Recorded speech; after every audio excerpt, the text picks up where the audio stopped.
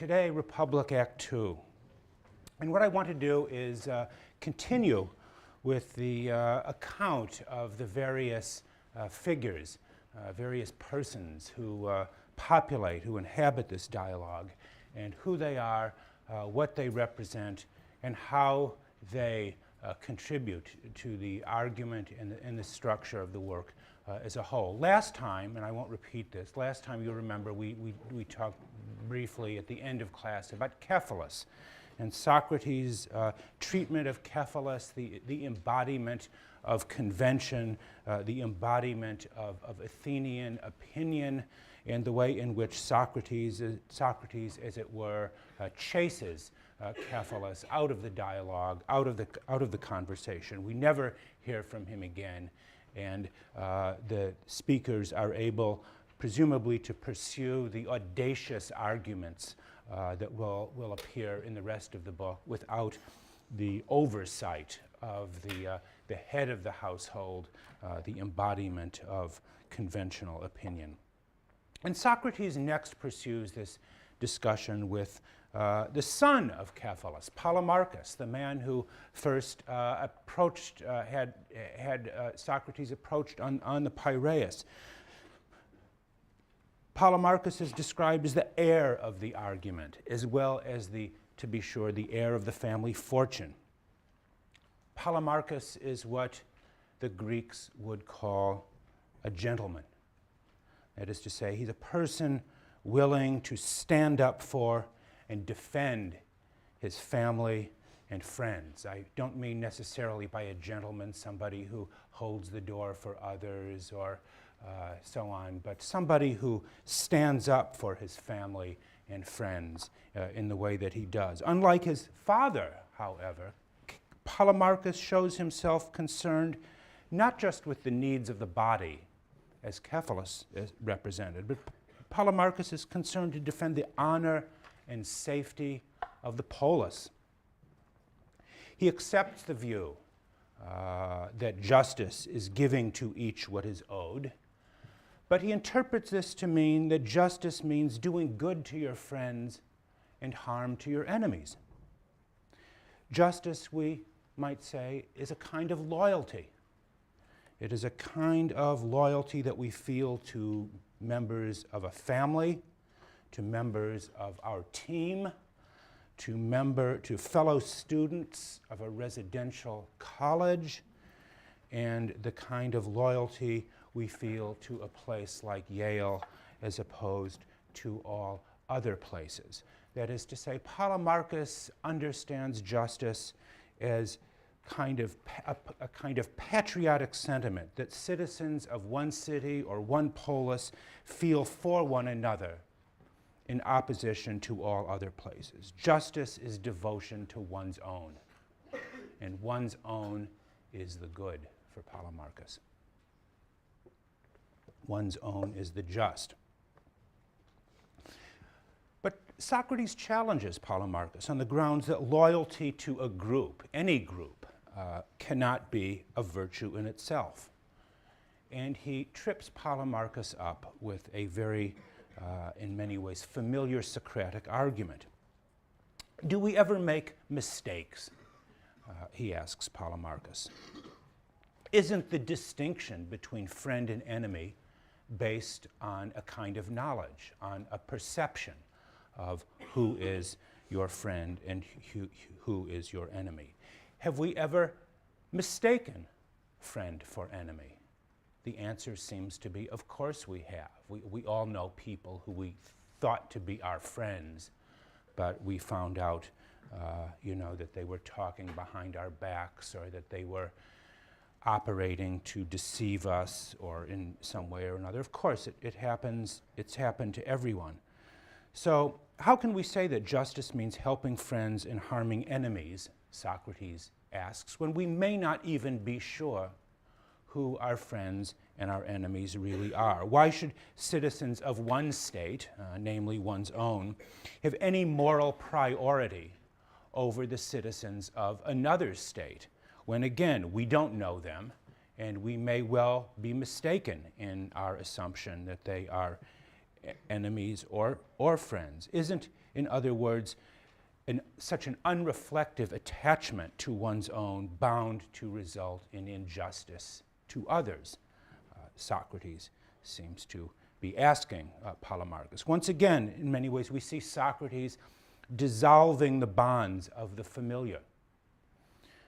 At no other point in the Republic, I think, do we see so clearly the tension between philosophical reflectiveness on the one hand, and the sense of camaraderie, mutuality, and esprit de corps necessary for political life on the other. Socrates seems to dissolve those bonds of familiarity, loyalty, and attachment that we all have by saying to Polemarchus, how do we really know distinction between friend and enemy? But Polemarchus seems to believe that a city can survive only with a vivid sense of what it is, of what we might say, what it stands for, and an equally vivid sense of what it is not and who are its enemies. Isn't this essential for the survival of any state, of any city, to know who its friends and enemies are, who its challengers are? Socrates' dissolution of that very framework challenges, it seems to me, the very possibility of political life by questioning the question or the distinction between friend and enemy.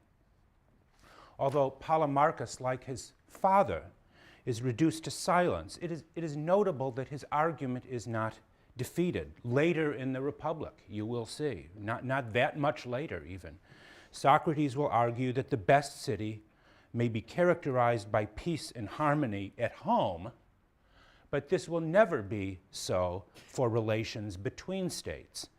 This is why even the best city, even Callipolis, will require, as he spends a great deal of time discussing, will require a warrior class, a class of what he calls auxiliaries.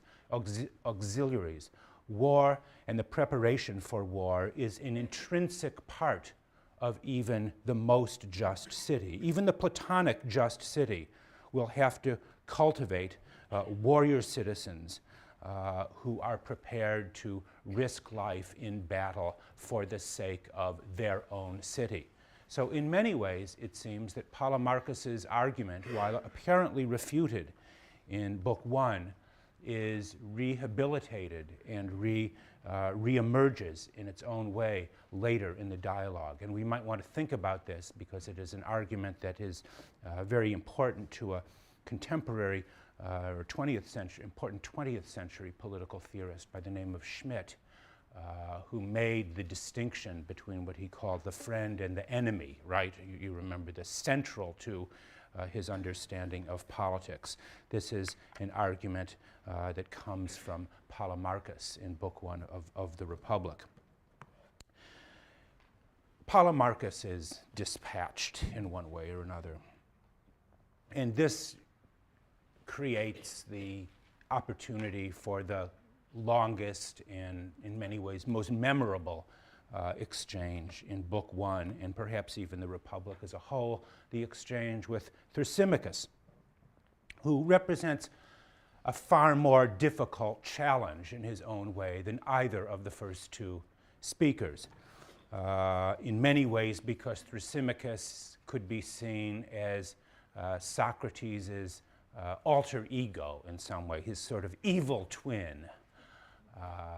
He is, how to put it, he is the Dr. Moriarty to Socrates' Sherlock Holmes, the evil doppelganger in some way. Thrasymachus is a rival of Socrates in many respects. He also, like Socrates, is a teacher, clearly. He is an educator. He claims to have a certain kind of knowledge of what justice is and claims to be able to teach it to others. He is teaching a kind of, we will find out, a kind of hard-headed realism that expresses disgust at Polemarchus's talk about loyalty and friendship and the like. Justice, he asserts is the interest of the stronger. Every polity of which we know is based upon a distinction between the rulers and the ruled. Justice consists of the rules, that is to say, that are made by and for the benefits of the ruling class. Justice is nothing more or less, right, than what benefits the rulers who determine the laws of justice. Thrasymachus is, of course, even for us today, a familiar kind of person. He is the intellectual.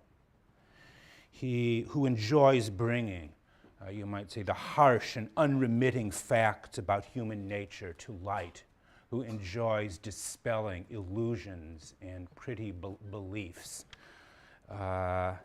He's the one who probably would be the first to tell you there is no Santa Claus. He is that kind of hard-boiled realist. No matter how much we may dislike him in some ways, one has to admit also there may be a grain, if not more than a grain, of truth in what he seems to be saying.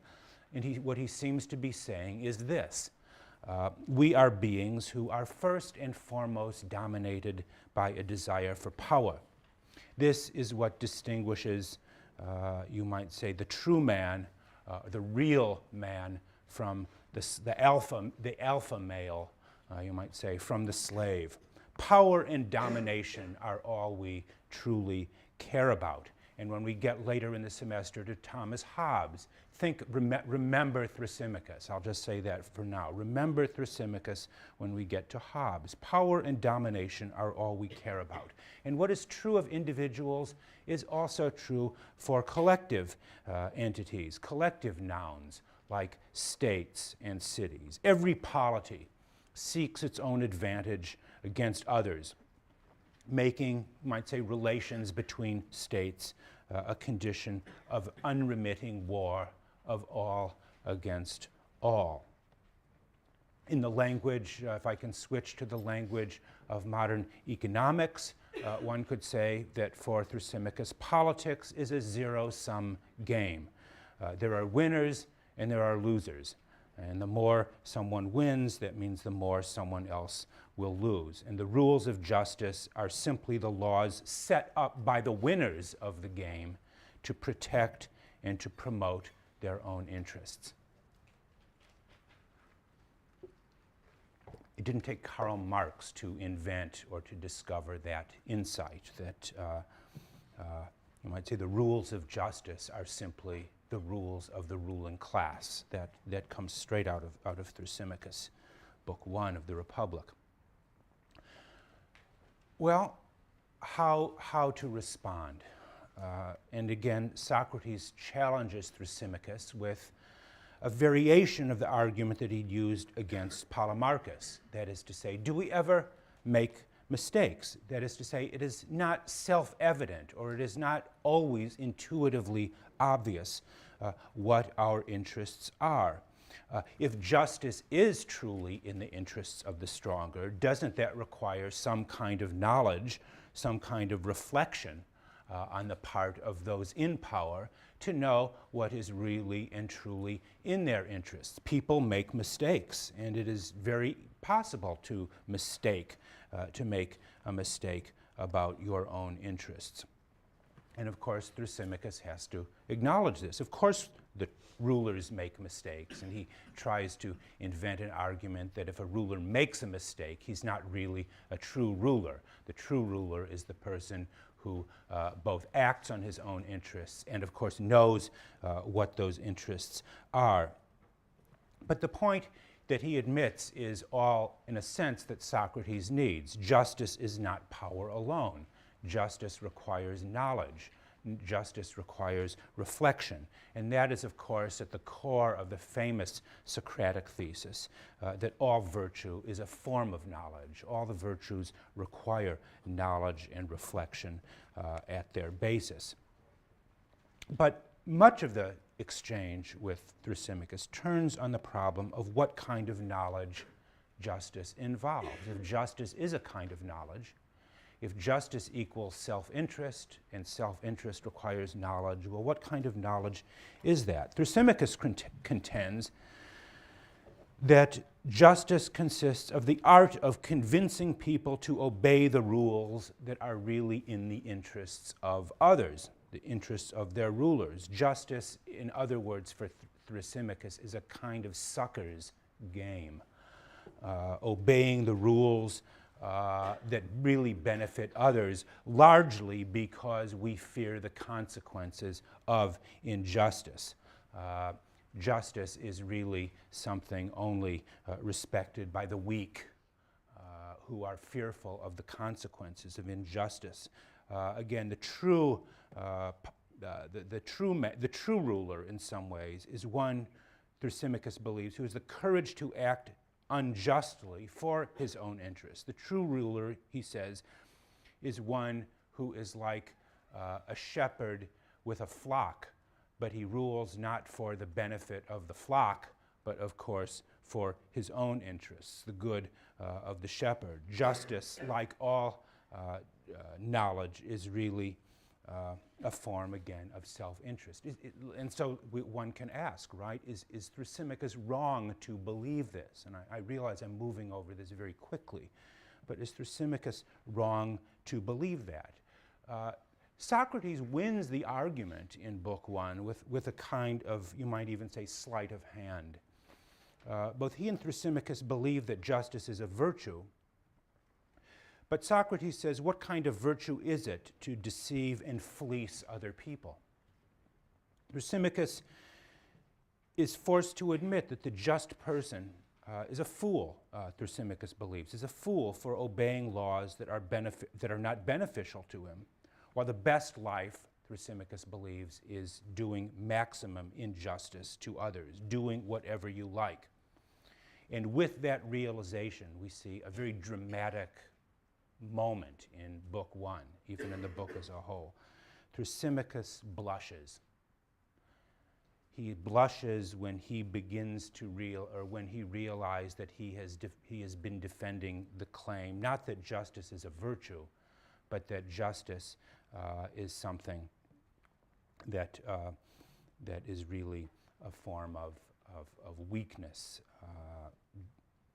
Thrasymachus himself seems to be embarrassed by his defense of the tyrannical life, of the unjust life.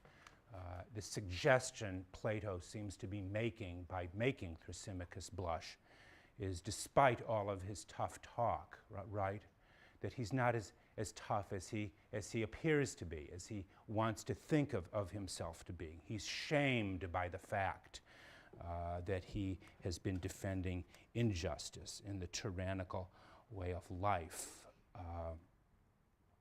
And so it appears the three conversations end. Book 1 ends with uncertainty about what justice is. We have had three views of Cephalus, Polemarchus, and Thrasymachus. They have all been refuted, but no clear alternative seems to have emerged. Certainly Socrates has not really proposed an alternative to Thrasymachus in his exchange with him. He has only, as it were, forced Thrasymachus to see that the logic of his ideas, the logic of his argument that justice is in the interests of the stronger, is a defense of tyranny and is a defense of the unjust way of life. So all of Book 1 is really a kind of warm-up for what follows in the rest of the book. We find out, presumably, what justice is. Until then, until that point, we have no reason to really give up on our current existing ideas about what justice is. And this is where the two most important figures of the Republic begin to make their voices heard. Those are Glaucon and Adeimantus. Glaucon tells Socrates that he is dissatisfied with the refutation of Thrasymachus, and so should we. Thrasymachus has been shamed. He has been forced to see the where the logic of his argument takes him, but that is not the same thing as being refuted.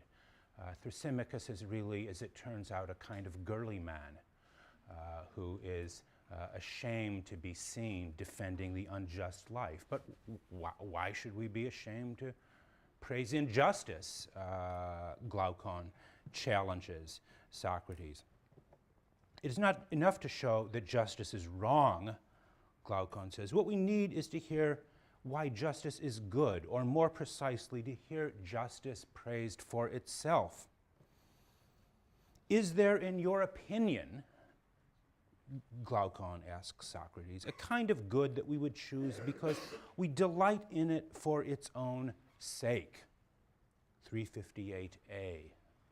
Is there a kind of good that we delight in for its own sake? And this is where the rubber hits the road.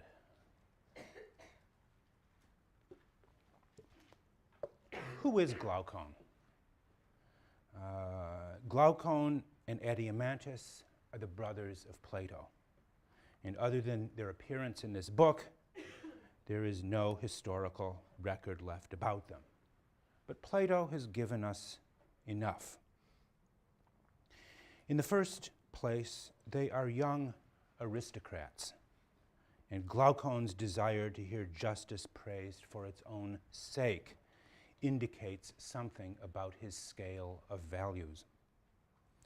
It would be vulgar, he believes, to speak of justice or any virtue in terms of material rewards or consequences. He does not need to hear justice praised for its benefits. He's indifferent to the consequences. Rather, he claims that he wants to hear justice defended the way that no one has ever defended it before.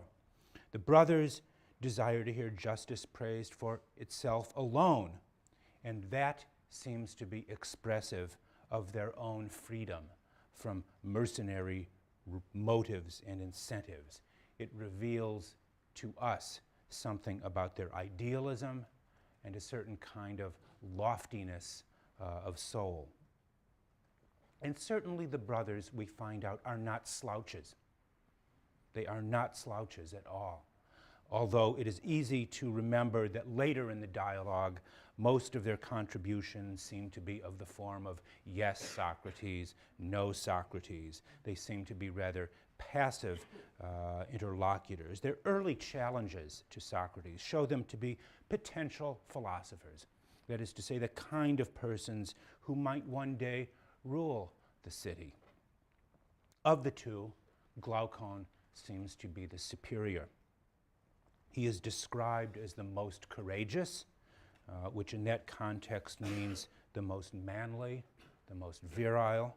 And later Socrates admits that he has always been full of wonder at the nature of the two brothers. And at 368a, he cites a line of poetry, you remember, written about them for their distinction in battle. They have been in war. They have been tested in war, obviously. They are also, and we see this from their relationship between one another and the way they speak to one another, they are also highly competitive superachievers, a little bit like some of you, perhaps. There is quite a bit of jousting between them that you need to be attentive to. And each proposes to Socrates a test that he will have to pass in order to prove the value of justice and the just life. Glaucon goes on to rehabilitate the argument of Thrasymachus in many ways in a more vivid and a more expressive way than Thrasymachus did himself. Glaucon tells a story, you remember. Yes. A story that he modifies from the historian Herodotus, a story about a man named Gyges who possessed a magic ring that conferred on him the power of invisibility. Who has not wondered what we would do if we had this power? The power of invisibility. Gyges, in Glaucon's retelling of the story, Gyges uses this ring to murder the king and to sleep with his wife and to set himself up as king. What would you do if you had this power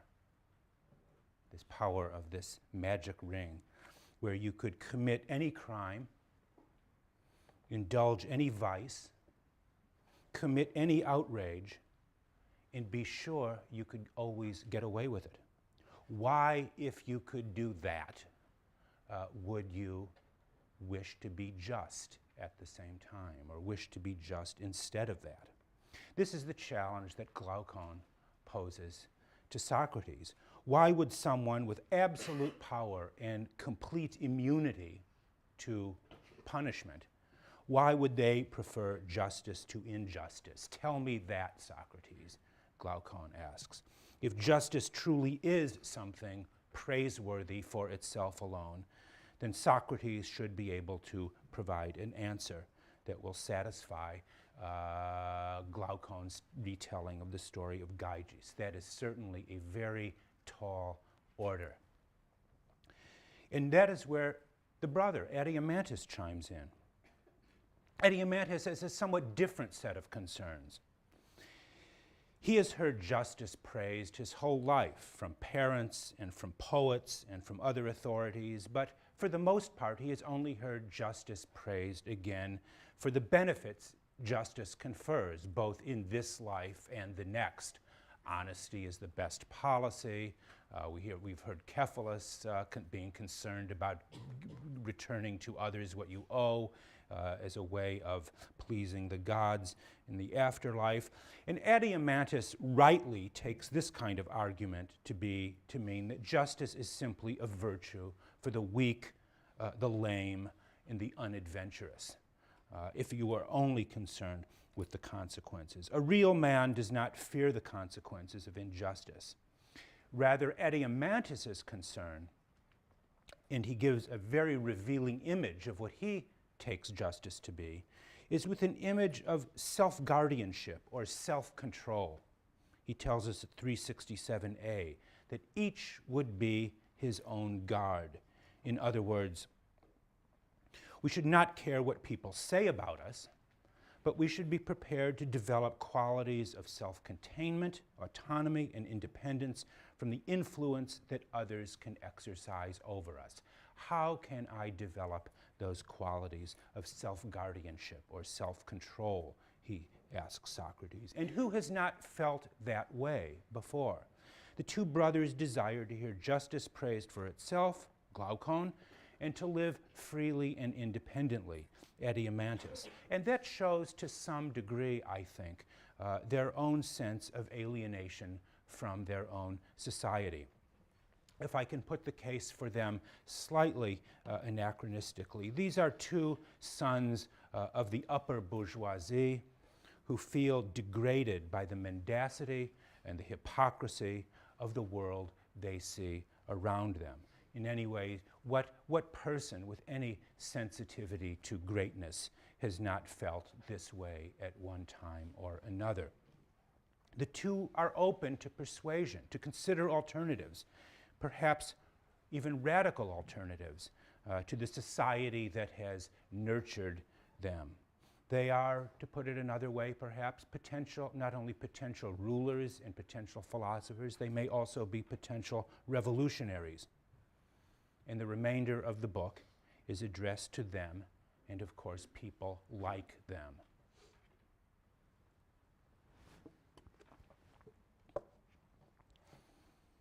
With the speeches of Glaucon and Adeimantus, you might say the circle around Socrates is effectively closed.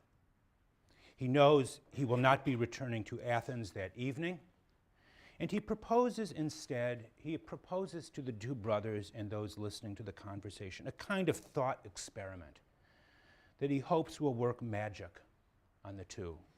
Let us propose, he says, to watch a city coming into being in speech. Let us create a city in speech. It is easier, he says, to view justice, not to view justice microscopically in an individual, but rather let's view justice, as it were, through a magnifying glass. Let's view justice in the large sense. Let us view justice in a city in order to help us understand what it is in an individual. And this idea that the city is essentially analogous to the soul, that the city is like the soul, is the central metaphor around which the entire republic is constructed.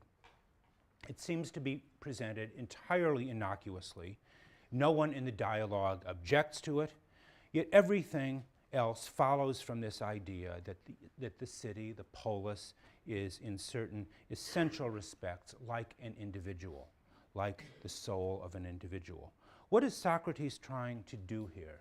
And what is that metaphor, that central metaphor? In what function does it serve within the work? To state the obvious, Socrates introduces this analogy to help the brothers better understand what justice is for an individual soul. The governance of the soul, Adiamantus's standard of self-control, must be like the governance of a city in some decisive respects. But in what respects? How is a city like a soul? And in what respect is self-governance, the control of one's passions and appetites, in what respect is self-control like the governance of a collective body? Consider the following example.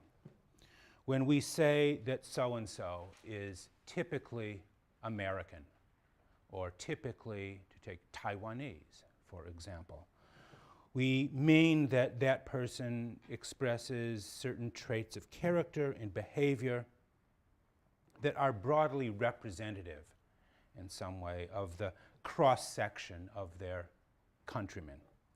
Is this a useful way to think?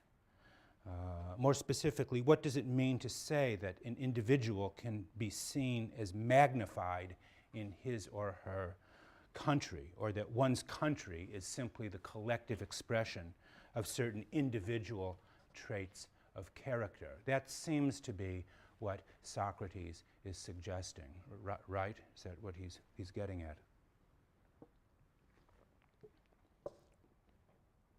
One way of thinking about the metaphor of city and soul together is to think of it as a particular kind of causal hypothesis about the formation of both individual character and political institutions.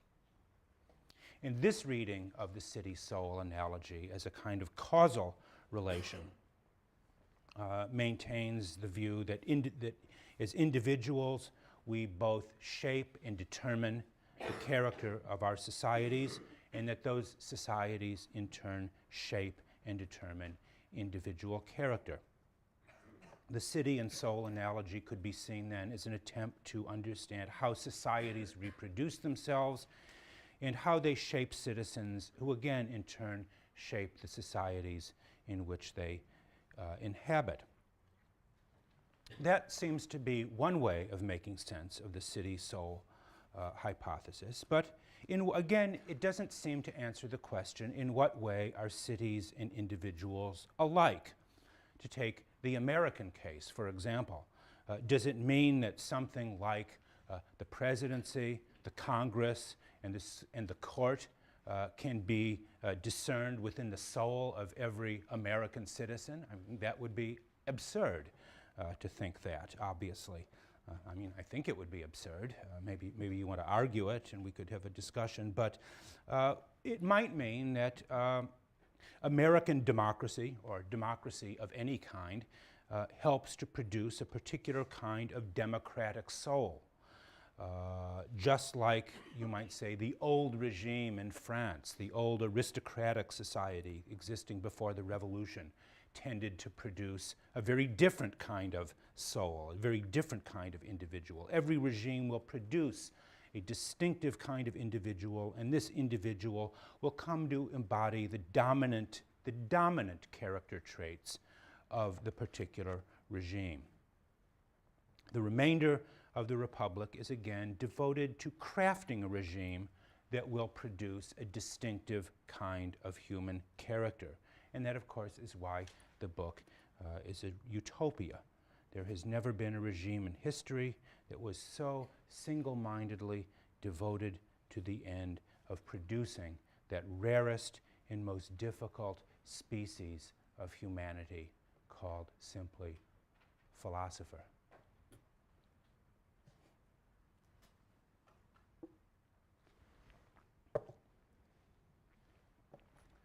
So, city and soul.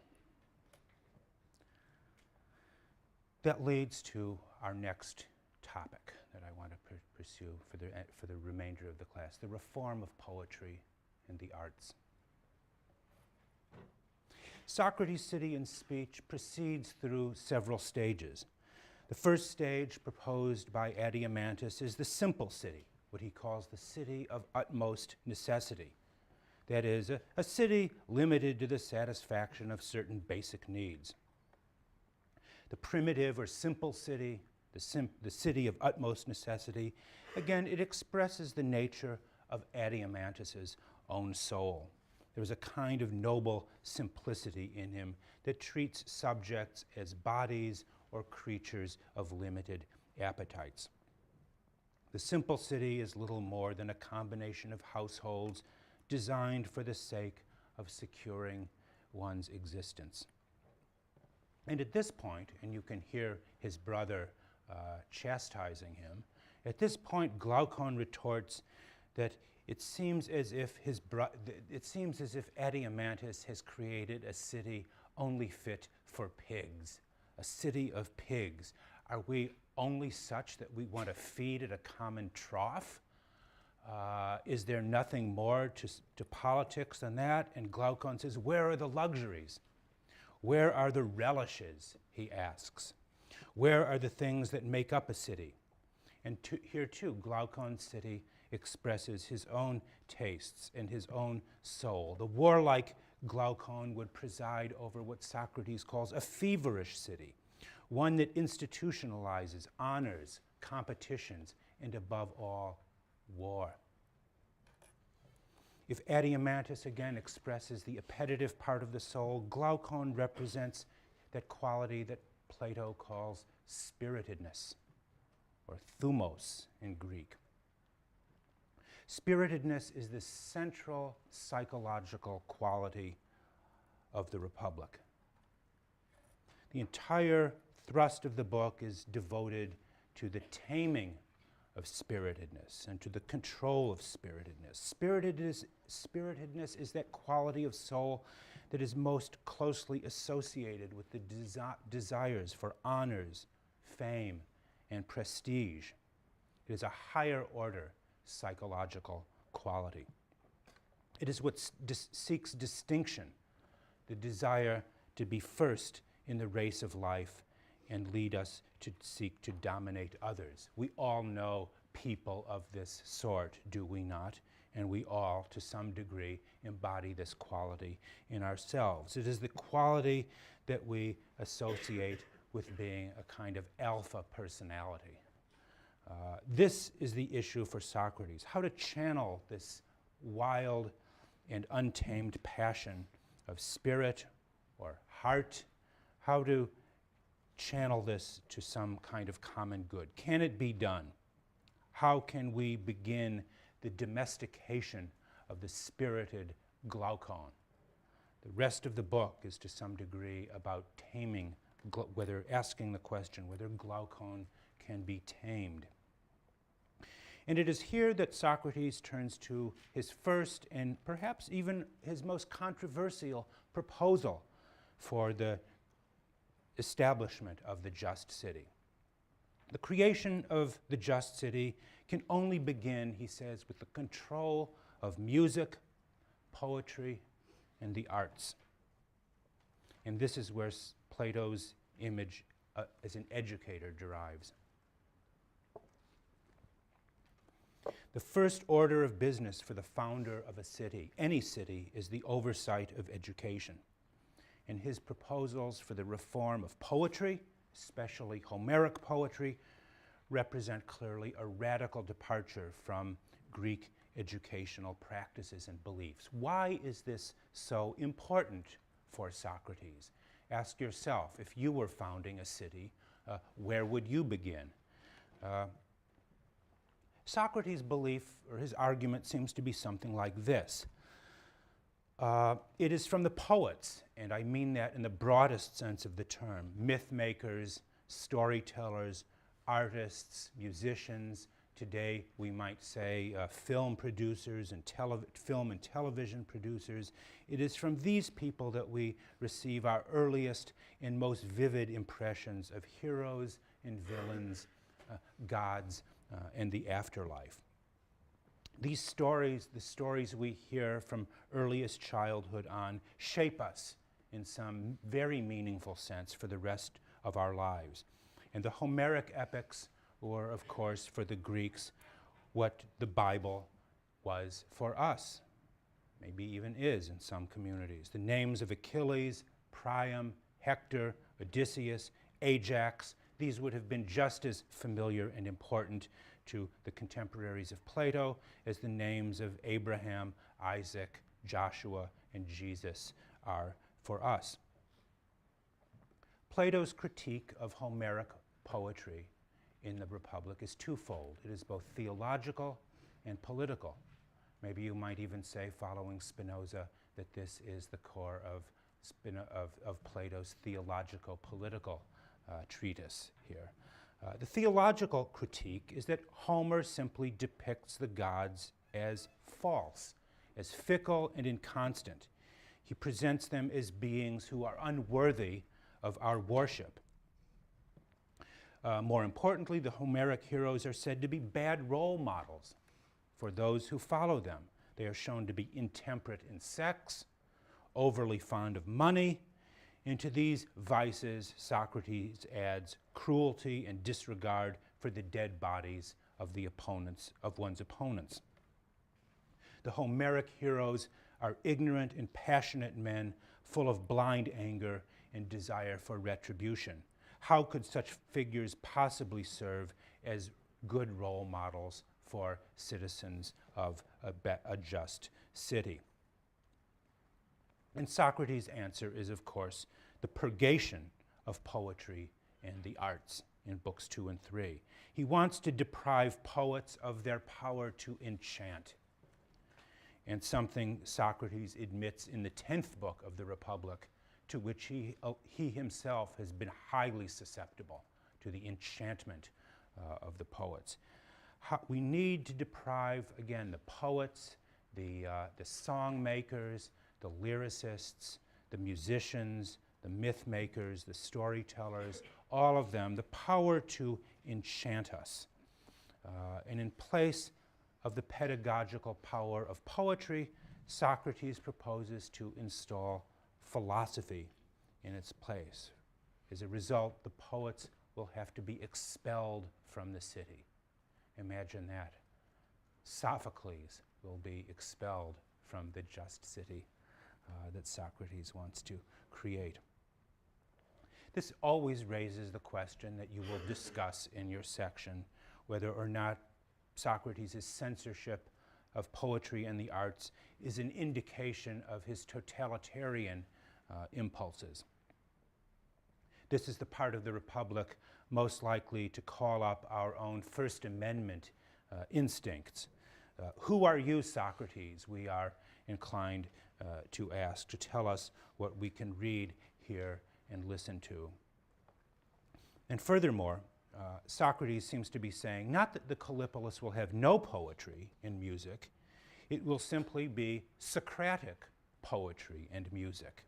And here's another question which you will no doubt be concerned to discuss, namely, what would such Socratically purified music and poetry look like? What would it sound like? I don't know that I have an answer to this, but perhaps the Republic as a whole is itself a piece of this Socratic poetry that will substitute for the Homeric kind.